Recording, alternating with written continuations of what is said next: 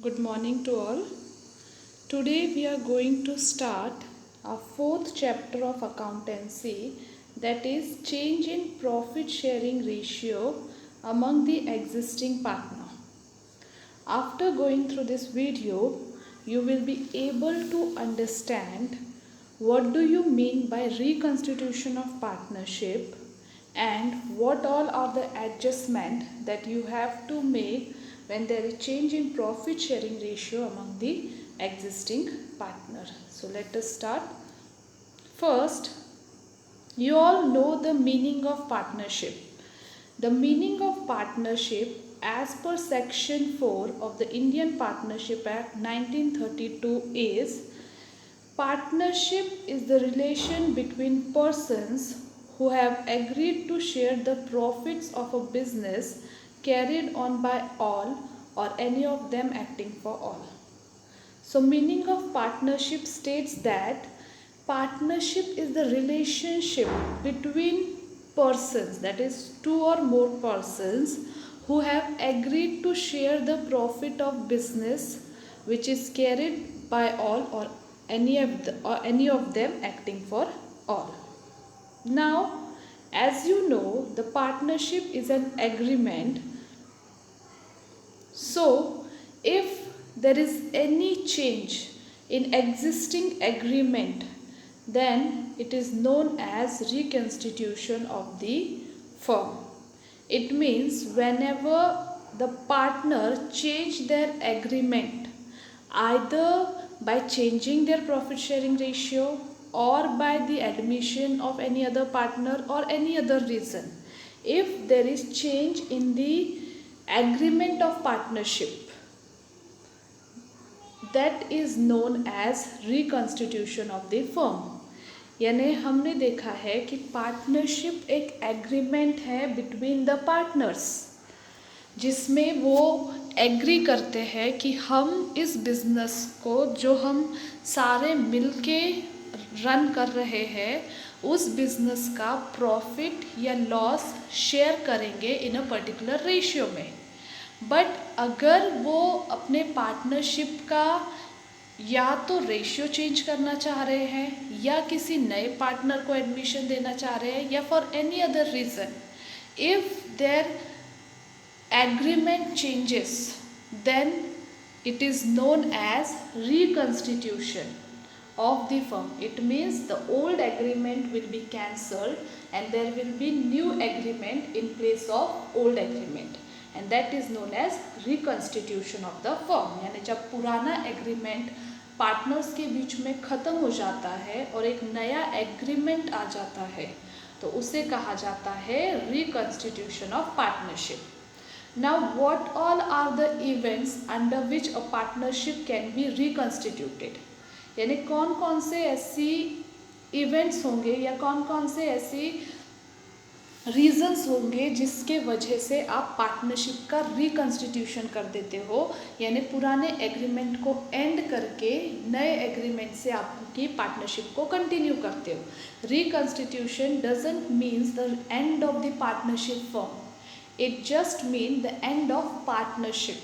सिर्फ पार्टनरशिप का एंड हो रहा है, पार्टनरशिप फर्म का नहीं. यानी आप पार्टनरशिप का जो रिलेशन था उस रिलेशन में कुछ चेंजेस कर रहे हो and that is known as reconstitution. यानी आपकी फर्म तो कंटिन्यू रहेगी बट आपके एग्रीमेंट में चेंजेस आ जाएगा. तो what all are the events for the reconstitution? A firm is reconstituted in the event of, so these are the some of the cases. First, change in the profit sharing ratio among the existing partner. यानी जब कोई existing partner यानी जितने partner business में है वो अपना profit sharing ratio change करना चाहते हैं. यानी suppose there are 3 partners in the firm who were sharing profit and loss equally. Suppose 3 partner थे ए, बी एंड सी जो प्रॉफिट शेयर कर रहे थे इक्वली. अब वो अपने प्रॉफिट शेयरिंग रेशियो को बदलना चाह रहे. Now they want that profit should be share in the ratio of 2:2:1. यानी अब उन्हें अपना प्रॉफिट शेयरिंग रेशियो चेंज करना है. But according to old agreement उनका प्रॉफिट शेयरिंग रेशियो क्या था, 1:1:1। और अगर वो अपना प्रॉफिट शेयरिंग रेशियो चेंज करना चाह रहे हैं तो इस कंडीशन में आपका पुराना एग्रीमेंट ख़त्म हो जाता है और पार्टनरशिप का रिकन्स्टिट्यूशन होता है। यानी अब आपका पहला एग्रीमेंट ख़त्म होने जा रहा है and there will be new agreement as per which you will share the profit in the ratio of 2:2:1। This is the first case for reconstitution. Then second event when the partnership firm will be reconstituted is admission of a partner or partners. यानी जब आप किसी नए partner को partnership firm में entry दे देते हो तो उस टाइम पे भी आपकी पार्टनरशिप फर्म रिकन्स्टिट्यूट होती है। यानी आपका पुराना एग्रीमेंट ख़त्म होके एक नया एग्रीमेंट शुरू हो जाता है। बिकॉज जब आप किसी पार्टनर को एडमिशन दोगे तो obviously he will share the profit of the business and that's Y पुराना प्रॉफिट शेयरिंग रेशियो चेंज हो जाता है और नए पार्टनर के आने से नया रेशियो आ जाएगा and that's why there is need for reconstitution of partnership. Then third case is retirement of partner.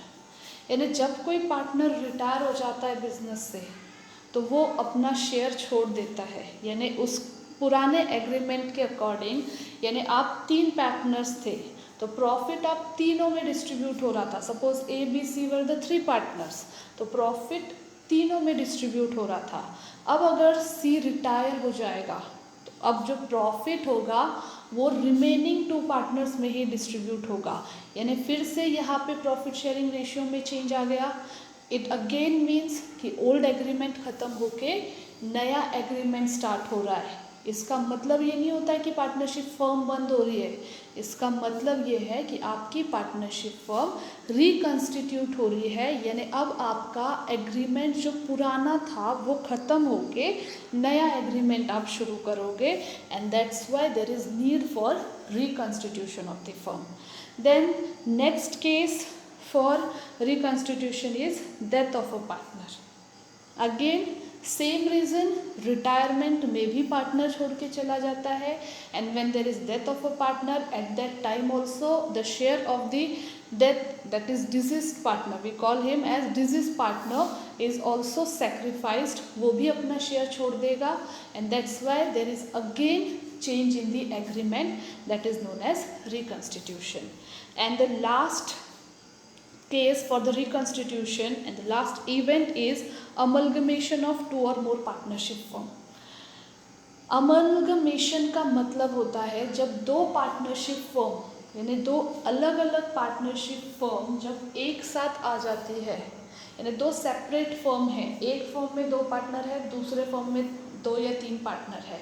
जब ये 2 फर्म एक साथ आ जाएगी इस टाइम पे भी आपका पुराना एग्रीमेंट दोनों फर्म के बीच का चेंज हो जाएगा and this is also the case where the partnership firm will be reconstituted. तो these are certain cases where there is need for the reconstitution of partnership. Now this chapter will be related to the first case, that is change in the profit sharing ratio among the existing partner.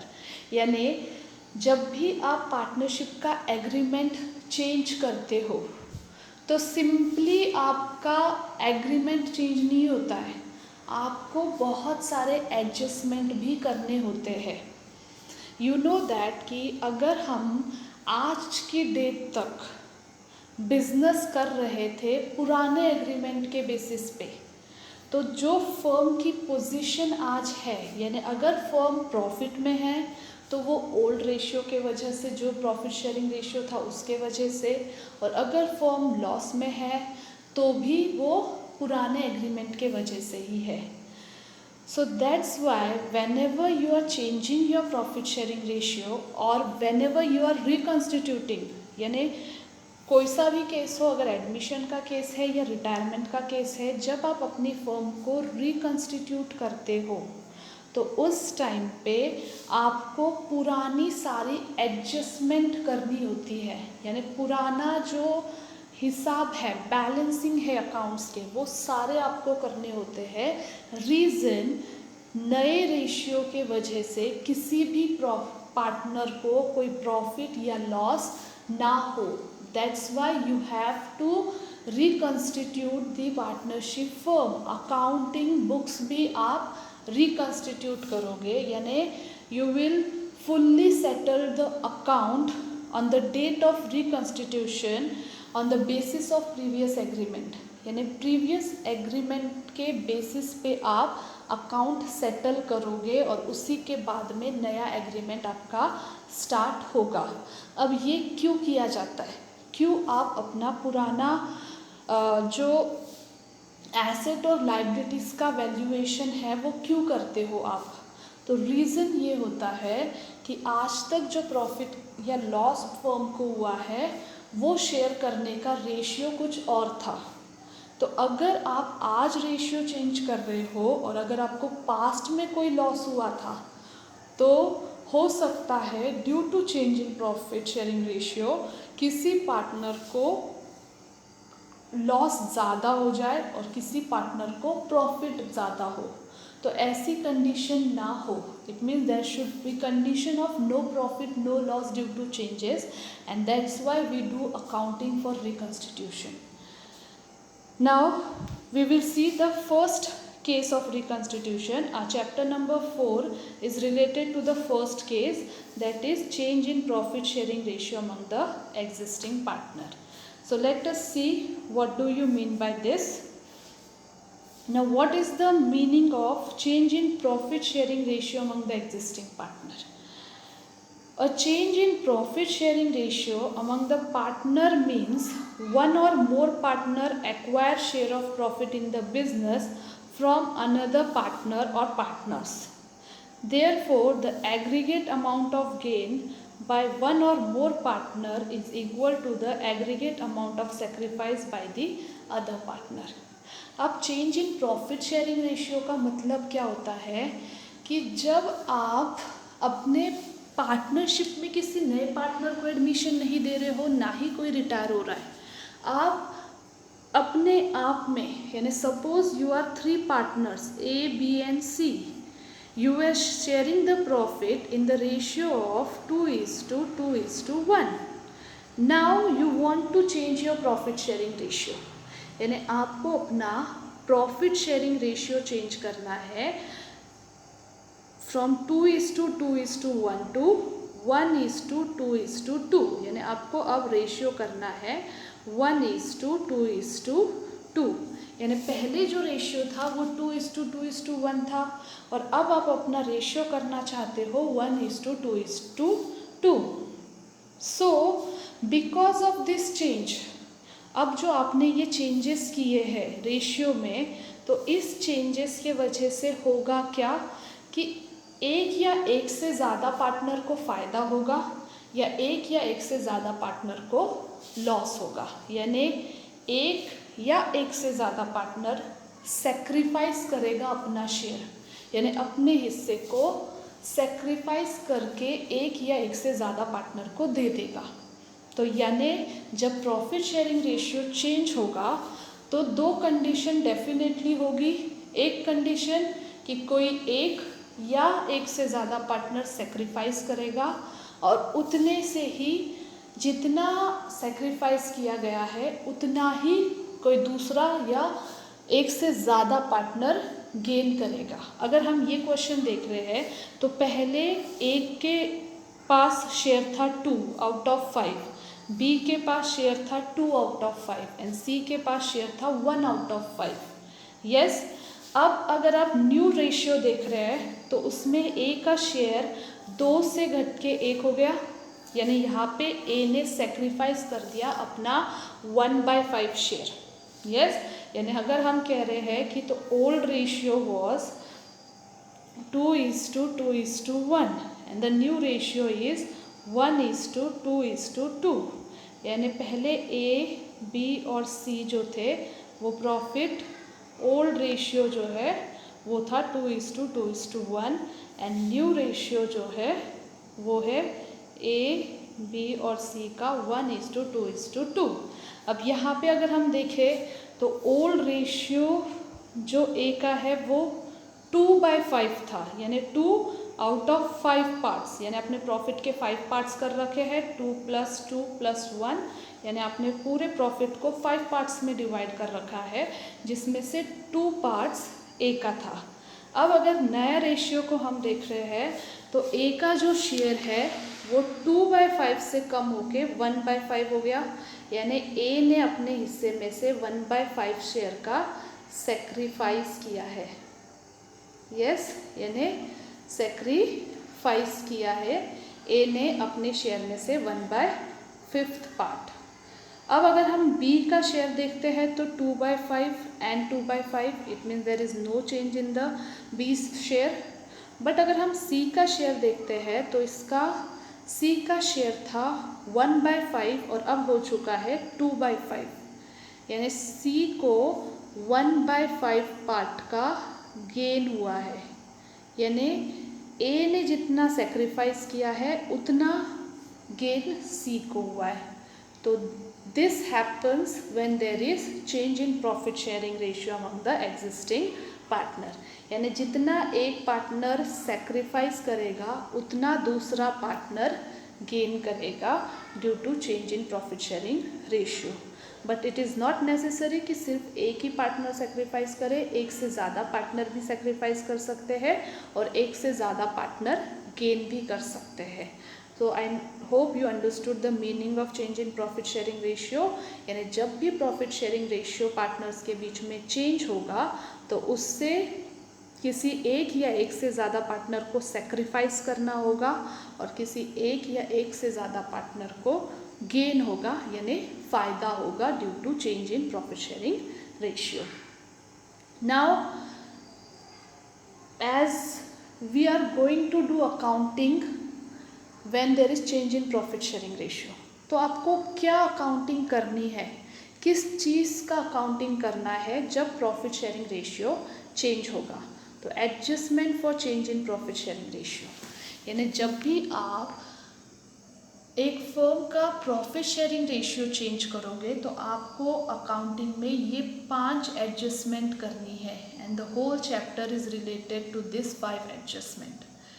यानी आप जब भी profit sharing ratio change करोगे तो आप ये 5 steps follow करके आपका पूरा चैप्टर इन 5 स्टेप्स पे डिपेंड करेगा। तो सबसे पहला आपको जो काम करना है during change in profit sharing ratio is to find sacrificing ratio and gaining ratio. तो first adjustment in this chapter will be related to finding sacrificing ratio and gaining ratio. जैसे कि हमने देखा कि जब भी प्रॉफिट शेयरिंग रेशियो चेंज होगा तो एक या एक से ज़्यादा पार्टनर को फ़ायदा होगा या एक या एक से ज़्यादा पार्टनर अपने रेशियो में से हिस्सा दूसरे को देगा, यानी सेक्रीफाइस करेगा। तो change in profit sharing ratio में 2 रेशियो फाइंड करने होते हैं, एक होता है आपका सेक्रीफाइसिंग रेशियो और दूसरा होता है आपका gaining ratio.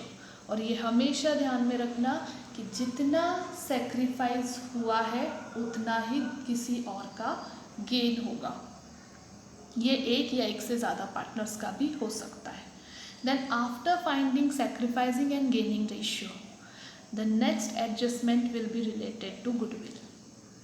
Yes, now why goodwill?